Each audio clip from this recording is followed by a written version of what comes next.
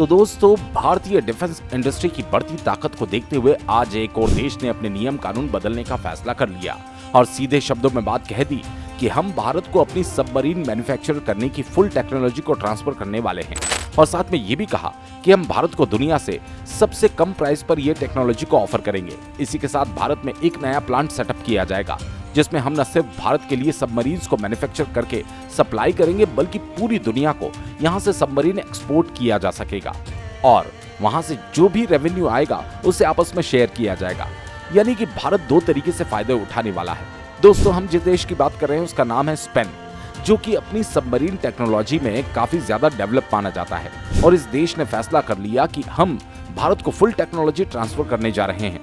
Submarine manufacture करने वाली है और भारत को सबसे कम प्राइस पर यह टेक्नोलॉजी ऑफर करेंगे। और इससे पहले हमने देखा कि भारत को टेक्नोलॉजी ऑफर करने के लिए जर्मनी जैसे देश ने अपने कानूनों को बदल दिया था, क्योंकि अभी तक जर्मनी के कानून में ये था कि वो अपनी टेक्नोलॉजीज या फिर अपनी डिफेंस टेक्नोलॉजीज सिर्फ नाटो के कुछ गिने चुने देशों को ही एक्सपोर्ट करेंगे। भारत एशिया का वो पहला देश बन चुका है जिसके लिए जर्मनी ने अपने नियम कानूनों को बदला है। इसके अलावा जापान वो दूसरा देश है जिसने कुछ समय पहले ही अपने संविधान के नियमों को बदलते हुए भारत को टेलीकम्युनिकेशन टावर्स एक्सपोर्ट किए। अब स्पेन तीसरा देश बनने वाला है। असम में कुछ समय पहले ही भारत ने प्रोजेक्ट 75 प्रोग्राम की अनाउंसमेंट की थी।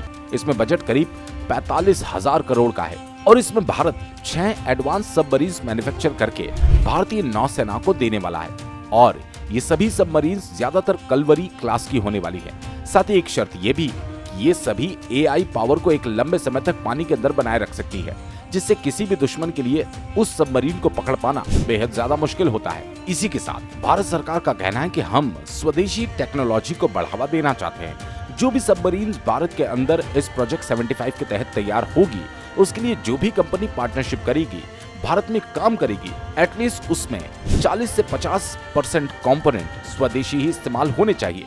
स्पेन ने यह भी मान लिया कि हम भारत के स्वदेशी कंपोनेंट का इस्तेमाल करते हुए इस सबमरीन को तैयार करेंगे।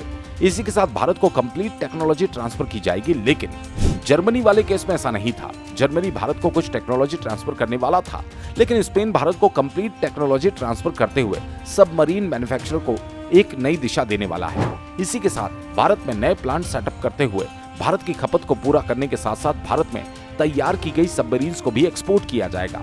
इसमें 50% भारत का और 50% स्पेन का कंट्रीब्यूशन होगा और ऐसा पहली बार नहीं है, बल्कि स्पेन के साथ भारत की L&T जैसी कंपनीज ने ऑलरेडी कई पार्टनरशिप कर रखी है, जिसके तहत कई छोटे प्रोजेक्ट ऑलरेडी शुरू किए जा चुके हैं।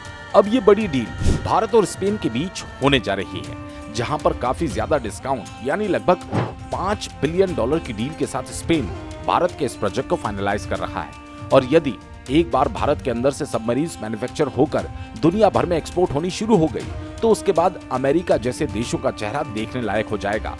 हाल ही में भारत ने सिर्फ कुछ मिसाइलों का परीक्षण क्या किया, नाटो सहित रूस ने भारत की तमाम मिसाइलों को खरीदने में बहुत ज्यादा इंटरेस्ट दिखाया। ऐसे में आपके हिसाब से अमेरिका भारत को रोकने की कोशिश करेगा या फिर नहीं? कमेंट करके अपनी राय जरूर बताएं और हाँ, ऐसी ही इंफॉर्मेटिव वीडियोस पाने के लिए वीडियो को एक छोटा सा लाइक और चैनल को सब्सक्राइब जरूर करें।